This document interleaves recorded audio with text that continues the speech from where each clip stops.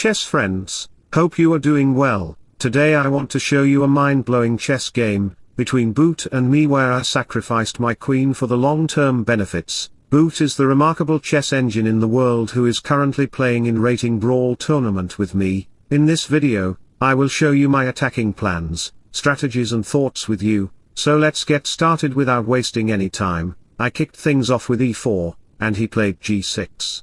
We are going to drive into the ocean where he can choose modern defense, King's Indian or pirate defense, and don't ask me why he played g6. I am not a mind reader. Alright, we have d4 bishop g7 knight f3 d6 knight c3 and the a6 move. This a6 d6 and g6 move makes an equilibrium pawn structure which is designed to interrupting the movement of the knight and bishop in this b5, therefore knight c6 can come without any hesitation to prevail dominance in the center, and e5 bishop g4 are the common responses in the modern defense, and on the other hand, my opening strategy remains same. Push the h-pawn authentically, make a queen-bishop battery to launch an attack along with this diagonal, and break open the h-file with your rook, which I taught you thousands of times, and still you are unsuccessful in chess, but don't worry when Stockfish is here. Today I will give you the chess lesson with more clarity and accurately. So first play a4, this a4 move idea is to prevent black from playing b5, after that bishop c4 move will be much logical and coherent, knight g5 will create a symmetrical issues in f7 and e6 if black ever dare to push the d-pawn, but after b6 I follow up with bishop d3 instead of putting the bishop c4 which is absolutely playable, and after I play castle he goes with knight e7. This knight is taking care in the center behind from the pawn structure, and after he play castle, he can able to push the f-pawn by the support of the knight. Furthermore, he is making a strong unity for his brother knight. Alright, I maneuvered my knight on e2, with the intention to push the h-pawn straightforwardly. The knight can come to the f4 square in order to create some potential attacks on h5, and by playing e5 and opening up the diagonal for the bishop, you are able to hit the g-pawn with the knight and bishop which can lead into an effective strategy with your dark squared bishop. Another strategy of playing knight e2 is that, now you are able to push the c3 pawn, making a barrier for the sniper bishop, and now matter how you will execute an attack in the center I push both ed pawns to shut down the center.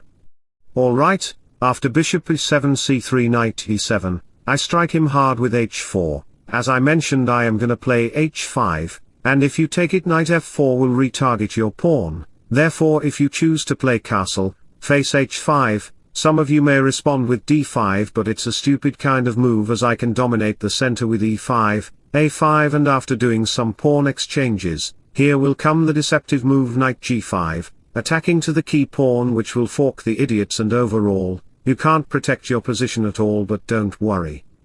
Let me tell you a motivational quote.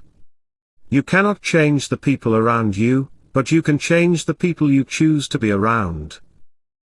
Going back, we saw that castle is a mistake. Now let's say you play h5, the main fallacy of this move is that you get the g5 square freely to access, where the knight or bishop can potentially create vulnerability in your position, and after castle knight g5 f4, look at the king side. By playing f4 h4 and knight g5, it builds an efficacious and adventurous position for white. Alright.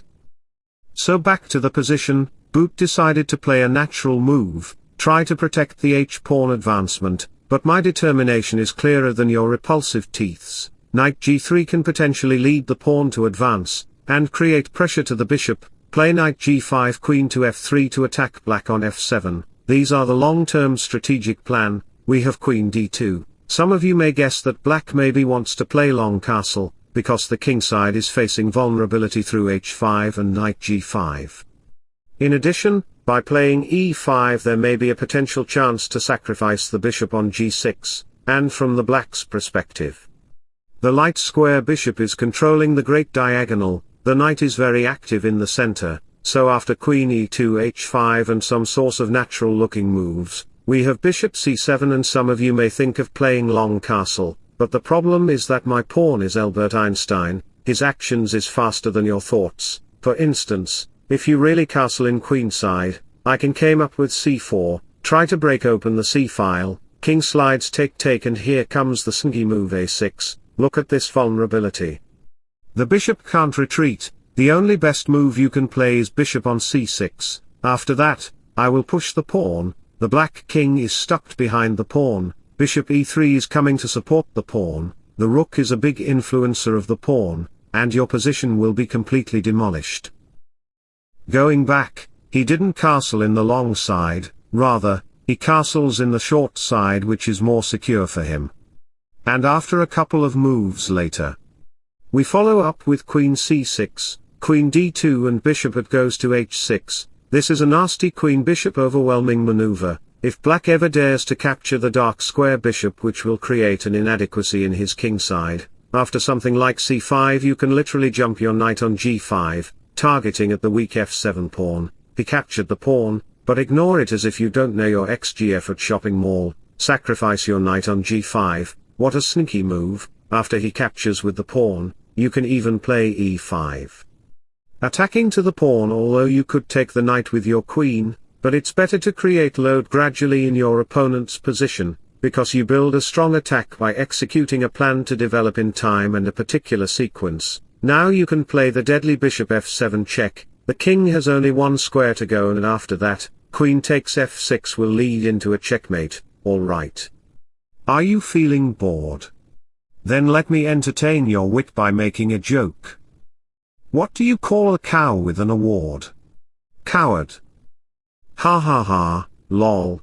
So in this position, he knows the vulnerability behind capturing the bishop which is why he moved back his bishop. Now we have bishop g5 knight here queen e2, capturing bishop will lead exposure to your king side by my two brave knights, along with my queen from e2 square, that's the deficiency of your kingside pawn structure. Additionally, I can push my e-pawn in order to activate the bishop subscription in this diagonal, by the way, if my queen gets the chance to stand on h5.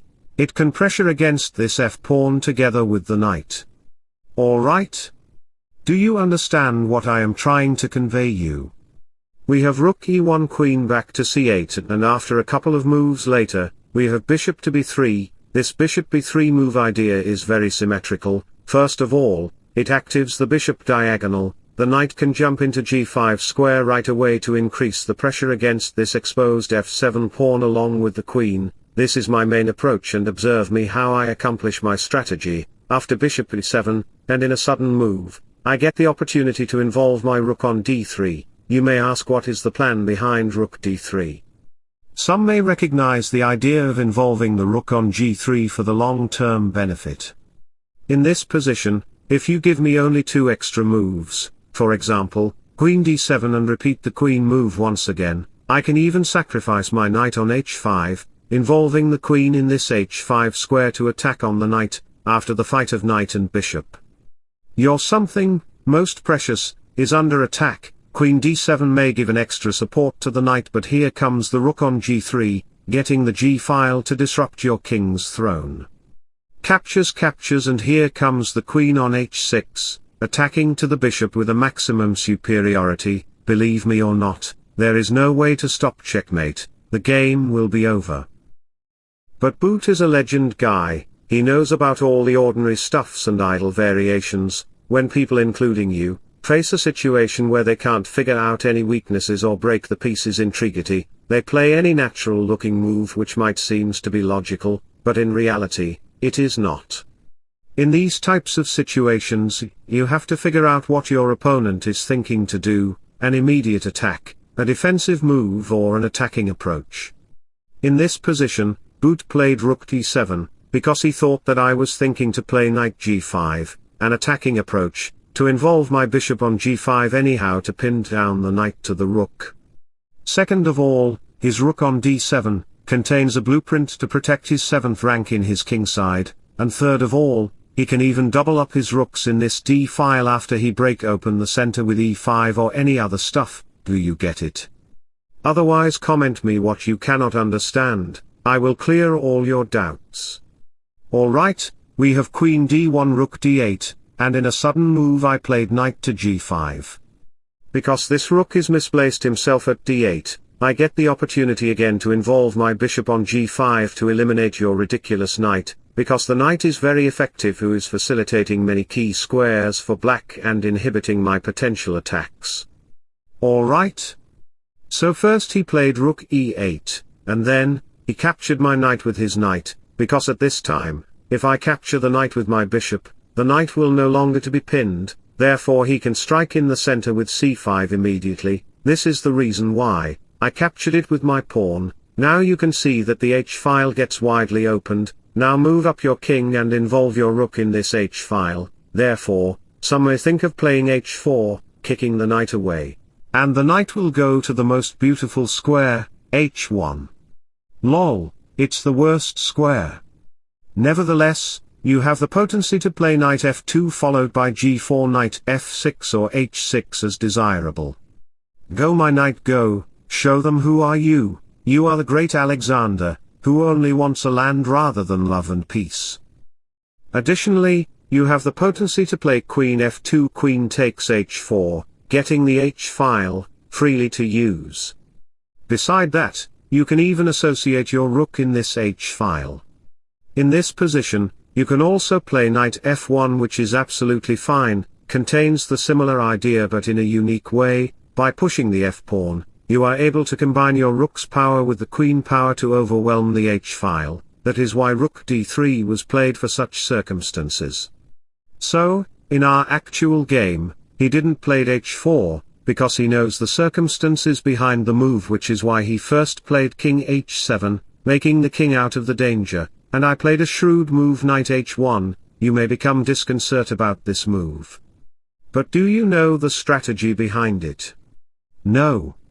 I think so. The main idea of this move is to play knight f2, supporting the pawn to push forward, where the queen can potentially come into the h2 file. He planted his rook behind his king. I know you're all the plans boot, let me mix your dinner food with sugar because you have diabetes. After a couple of moves later, I get sugar to mix with his food, rook to h1, and now I played d5, what a cunning move, directly challenging the board in the center because it's almost 11 to 13 minutes of video where we haven't get the courage to break open the center. Some of you argue with me that, this d5 move provides the open diagonal for the bishop who is targeting at my weak backward pawn. But you know what, you see only that thing which appears to your eyes, you don't see behind that thing with your third eye. If black ever dares to fight in the center, he have to move back his bishop, and exchange the dark squared bishops. The rook moves away from the bombarding line of the queen.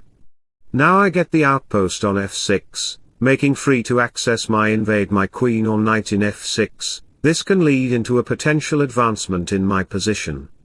So back to the position, he didn't capture the pawn as it will expose his position, he moved back his bishop. And after a couple of moves later, we have king g8 bishop, d4 d5 bishop d7 and c5, take.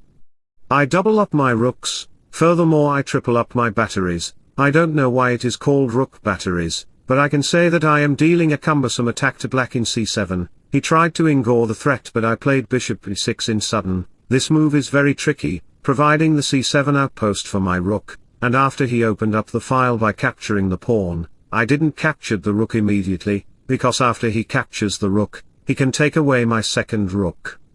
The four rooks will be gone forever from the game and he can play bishop c6, maintaining the constraint in the center so white cannot persuade any attacks to black, which is why the game will be a draw. The game becomes draw, bye take care.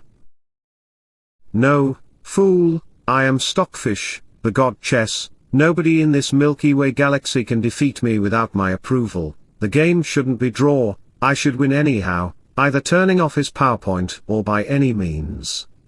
In this position, I played the stunning move, which is little hard to find. Pause the video and try to figure out that move, go. Okay, if you find rook c7, then congratulations, you are the boss. This rook targets at the two pieces, and if he dare to capture the rook, and after all the pieces exchanges, my rook will get the 7th rank, which is very precious thing me. It feels like I have a handsome haircut with red colored hair. I can eat the pawn, and push forward my two big assets. So in this position, he seems to be logical and played queen b8, which is a good stuff, but my move is much superior. I captured you bishop on d7, and sacrificed my queen right away. I am a piece up, which is why you have to accept my proposal. Rook takes c3 and your stupid knight is under attack. Where should he move? He moved back at c8, creating pressure to the bishop at the same time, but here comes the another cunning move. Oh, sorry, that would be great. It's rook to c7, creating vulnerability on f7. Some of you may think of playing rook f8 in order to protect the pawn, but here comes the gorgeous move rook at b7, queen runs into the corner because there are so many cameramans. Now, it's dead end for you. Anticipate your bishop on d5, attacking to the queen, and the queen will be completely trapped. But don't worry when Stockfish is here, I am here to inspire you with my quotes. Be brave enough to accept uncertainty, nothing changes unless everything changes. So back to the key position, even if you dare to play rook e8 in order to protect the knight, I can play rook f7, getting the 7th rank way or every pieces will be obliterated. So going back to the position, we saw that both knight c8 and rook e8 was absolutely miserable, which is the reason why we have rook to c8 in reality, to attack on my rook. But that move can't change my pathways of determination. Let me break your ego by capturing your rook, because now queen can't capture it as the knight is hanging there, he have to capture it with his knight. Now let's analyze the position first before entering into the endgame. The rook has the open rank, the king is safe there, black maybe want to push his d-pawn. So if you dare to capture the pawn on f7, which will give black an extra move to make his choice, he can eliminate your bishop strategically, because after queen takes b6, not only he gets the outside pawn, he is targeting at my weak b4 pawn. Additionally, he can push his d-pawn sincerely to make another queen. I will lose all the advantages, which is why, in order to frenzy them, I first played rook d8. This is a very tricky move, not only it's pin the knight to the rook, additionally it creates a potential method to involve the bishop on e6 to gain the knight. So how can I execute this plan? After he captured and I captured back, look at this black's position. By capturing on e4, his pawn structure and pawn gets paralyzed, unable to move, otherwise I will eat them and then again they have to make a move, his complete pieces are blocked and suffer from malaria. If black ever attempts to relieve his queen by playing queen b7, I can play the stunning move bishop d5. Now the queen has to move again, she can't leave his knight alone, otherwise I can punish her. Here comes an ordinary move bishop takes pawn. Nevertheless, black has to move again, his pieces are completely immobilized, unable to make a move. Now bishop e6 is coming to show his real power. Going back to the position, if you dare to play f6, in order to activate the bishop by capturing on f6, which seems also logical. But here comes the spectacular move bishop to g8, the king has only one square left to go, after that, you follow up with the bishop e6, and your knight will be dead lost. By the way, it's a discovered check also. So back to the position, what should black now? He played a terrible move, bishop h6, although he has no options to consider, he sacrificed his bishop, and his pawn on f7.